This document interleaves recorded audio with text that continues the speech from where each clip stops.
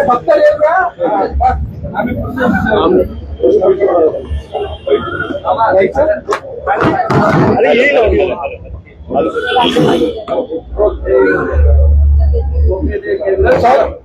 मुंबईमध्ये घटना घडली आहे, रेल्वेमध्ये कर्मचाऱ्यांचा मृत्यू झाला, रेल्वेतून लोक बाहेर पडत होते, कसं बघता सगळं? यंत्रणा फेल झाली आहे का मुंबईची? रेल्वे अपघात म्हणजे जे गेले आता रेल्वे अपघातामध्ये गेले हे दुर्दैव आहे, त्याच्याबद्दल काही प्रश्नच नाही. परंतु रेल्वेमध्ये मुंबईच्या रेल्वेमध्ये रोजच्या रोज अपघात होत आहेत.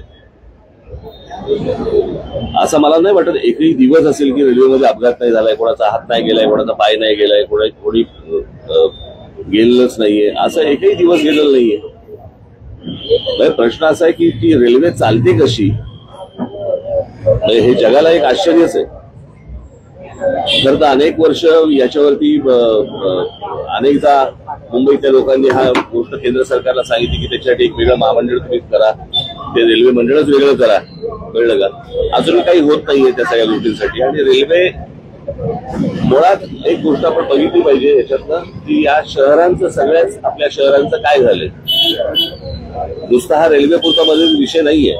मी त्या दिवशी माझ्या एका मुलाखतीमध्ये पण मी सांगितलं होतं की हा सगळ्या शहरांचा आपल्या विचका झालेला आहे. एक तर रिडेव्हलपमेंटच्या नावाखाली रस्ते नाहीयेत आणि नुसत्या उंच उंच इमारती उभ्या राहत आहेत या सगळ्या ठिकाणी.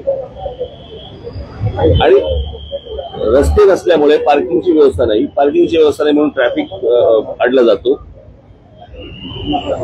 कित्येक मी तुम्हाला आता पुण्यामध्ये पण अनेक ठिकाणी असेल, मुंबईमध्ये तर अनेक ठिकाणी आहे, अनेक ठिकाणी ठाण्यामध्ये अनेक ठिकाणी की जर समजा कुठे आग लागली तर फायर ब्रिगेडचा बंब नाही जाऊ शकत तिकडे आतमध्ये. अशी आपली सगळी शहरांची अवस्था झालेली आहे. कोणी शहराचं प्लॅनिंग म्हणून मागे मी म्हटलं होतं की टाउन प्लॅनिंग नावाची काही गोष्टच नाही आपल्याकडे. मी गेले इतकी वर्षाचे मी तुम्हाला सांगतोय की बाहेरून येणारे जे लोंढे आहेत आपल्या सगळ्या शहरांवरती आदळणारे, याच्यातच ही रेल्वे कोलमडली कशासाठी? रेल्वेचा बोजवारा उडालेला आहे, सगळ्या अख्ख्या ट्रॅफिकचा बोजवारा उडालेला आहे. लोकांना चालायला फुटपाथ नाहीयेत, ट्रॅफिकसाठी वाहनांसाठी रस्ते नाहीयेत, कोण येत आहे कोण जात आहे माहिती नाहीये. नुसते तुम्हाला मेट्रो आणि त्या काय ते तुमचे बाकीच्या सगळ्या सोयी सुविधा करतात ते काय मेट्रो आणि काय करतात मोनोरेल, याने प्रश्न नाही सुटणार. मुंबईमध्ये मोनोरेल्स आहेत, मेट्रो आहे, सगळ्या गोष्टी रेल्वे आहे, बरोबर आहे. मग गाड्यांचं रजिस्ट्रेशन थांबलं का? टू व्हीलर फोर व्हीलरचं रजिस्ट्रेशन थांबलंय का? नाही थांबलंय. म्हणजे त्या गाड्या येतातच आहेत.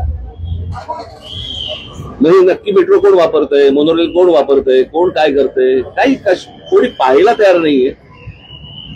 सगळेजण फक्त आपले निवडणुका आणि प्रचार आणि सगळ्या याच्यातच सगळे गुंतलेले आहेत.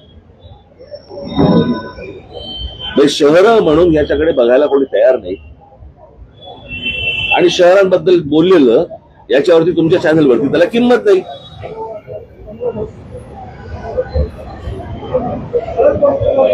म्हणजे गेले अनेक दिवस जे राज ठाकरे उद्धव ठाकरे कधी एकत्र येणार ह्याच्या जेवढ्या बातम्या लावल्या तेवढा काळ तुम्ही ह्या जे मृत्यू गेलेले आहेत लोक आता रेल्वेमध्ये तेवढं लावणार आहात का?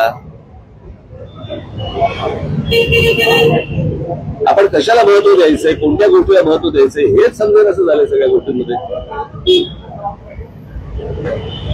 जर या शहरांच्या गोष्टी तुम्ही सगळे शहरामधले पत्रकार आहात, तुम्ही या शहरातल्या गोष्टींकडे जास्त फोकस करा. सरकारचं लक्ष कसं जाईल या गोष्टींकडे याचं तुम्ही ह्याच्यावरती लक्ष दिलं पाहिजे तुम्ही. बाकी सगळ्या गोष्टी फार मामूली आणि इतर सगळ्या किरकोळ गोष्टी आहेत. जे काय राजकारण चाललं, तुला काय वाटतं, तुला काय वाटतं, तुला काय वाटतं. दुर्दैव आहे.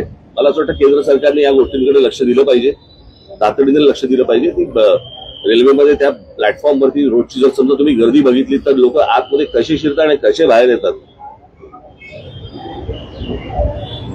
रेल्वेने प्रवास मीही केलेला आहे. कॉलेजमध्ये असताना मी 2 वर्ष बिहारमधले प्रवास करायचो, त्याच्यामुळे मला माहिती आहे रेल्वेचा प्रवास काय असतो. आणि रेल्वे स्टेशनवरती गर्दी त्यावेळेला गर्दी खूप कमी असायची तशी. पण ज्या प्रकारचे आपण रेल्वे प्लॅटफॉर्म बघतोय आता, तुम्ही संध्याकाळी तुम्ही मुंबईचा प्लॅटफॉर्म बघून दाखवा, तुम्ही आज शिरून दाखवा मला त्या ट्रेनमध्ये. आणि त्याच्यानंतर ती सगळेजण जे प्रवास करत असतात त्यांच्या चेहऱ्यावरती एक स्मित हास्य असतं किंवा काही बाबा असे काही विलक्षण आहे ते सगळं. हा अपघात घडला बरेचदा प्रवासी तक्रार करतात. खूप एक डेंजर कर्व आहे तिथं, म्हणजे बरेचदा दोन गाड्या जेव्हा आणि त्यामुळे कर्व असल्यामुळे दोन जेव्हा लोकल क्रॉस करून होते ठीक आहे रस्ते गेली लटकतात त्यावर. हे काय नव्याने हा काऊन निर्माण नाही झालाय, हे माहिती आहे ना लोकांचं, कळलं का? रेल्वे मंत्री म्हणून काय करतात आता हे सगळं आनंद आहे त्याचा. रेल्वे मंत्र्यांनी राजीनामा द्यावा, राजीनामा कशाला द्यावा, जावं तिकडे बघावं काय चाललंय ते सुधारावं. रेल्वेची संख्या वाढत नाही त्यातलं हे सगळं.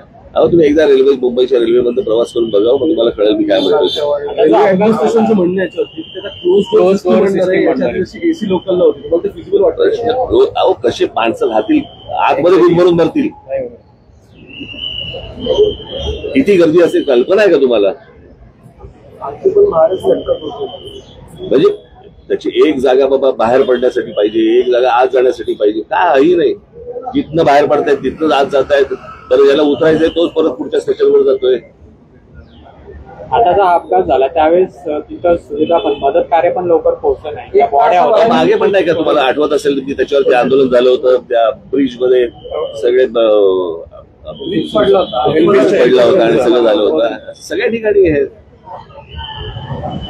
माणसाची किंमतच नाही हो आपल्याकडे देशात. सकाळी घरी गेलं तर संध्याकाळी येईल का नाही माहित असतं.